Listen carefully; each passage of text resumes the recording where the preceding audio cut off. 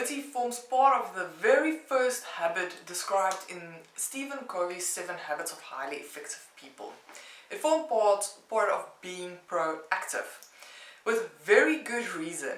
Without being accountable for our lives, for what's happening in our lives, for things that we do, for our actions, behaviors, thoughts, beliefs, without the accountability, we will just end up in victimhood.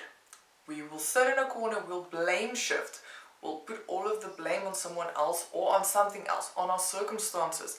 If we don't take accountability, we will never have the power to actually influence what's happening around us. Julian Rotter came up with the framework of locus of control, an internal versus an external locus of control, which is essentially a scale where you can move from a more internal locus of control towards a more external. So the internal refers to you believing that your actions and behaviors can actually influence your circumstances, your life circumstances, whereas towards the external side of the scale, you believe that you perceive life to be more as an accident, like things happen by chance, out of luck.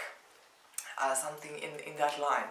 So you can be anywhere on the scale. It could also mean that you can be on this different points on the scale in different areas of your life, depending on your circumstances, where you may believe that. So this aligns quite well for me with accountability and being able to take accountability and responsibility for your life. According to some studies that they've done, people with a more internal locus of control seem to have a higher self-esteem, emotional and mental well-being. So essentially they were happier. Well, it completely makes sense if you think of it, because having an internal locus of control means that you have some sort of control and power over your circumstances or your perception of those circumstances. So the way I like to bring this back for myself, which makes sense, is to think about it this way. Person A, person B, standing in exactly the same place with exactly the same background, everything is the same. Same circumstances happening to both of them. Let's say both get fired. Person A sees this as an opportunity. One door closes, 3 doors open. Person B sees this as the end of the world. Just got fired. This is like breaking down who I am. I cannot take it. I cannot deal with it. Person A and person B experiencing the exact same situation. But person A chose to perceive it differently and can now actually exercise some form of control, and some form of action can be taken because you believe that an action that you take actually influences your environment, whereas person B believes that life is happening to me. So standing back and saying nothing I do will influence what's happening around me.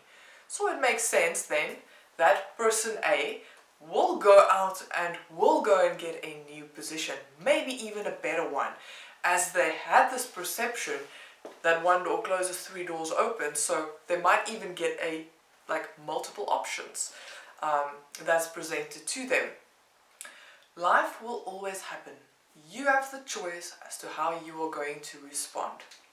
One of my favorite lines reads, do you believe life is happening for you or to you? If you believe life is happening to you, then you are never going to actually go out and action with your actions and your behaviors, thoughts and feelings and beliefs to try and have an impact in the world or in your own life. You're just going to sit back and wait for things to come to you. And if you are one of those people, go ask yourself how many of these things have actually come to you whilst you sat there and waited. And if you look at someone else, the people that you usually look at and say, that person got everything on a silver platter. Go test that theory and see if it really is true. Did that person sit on a couch and wait for things to happen for them? Or did they get up and get out and go do things because they believe life is happening for them?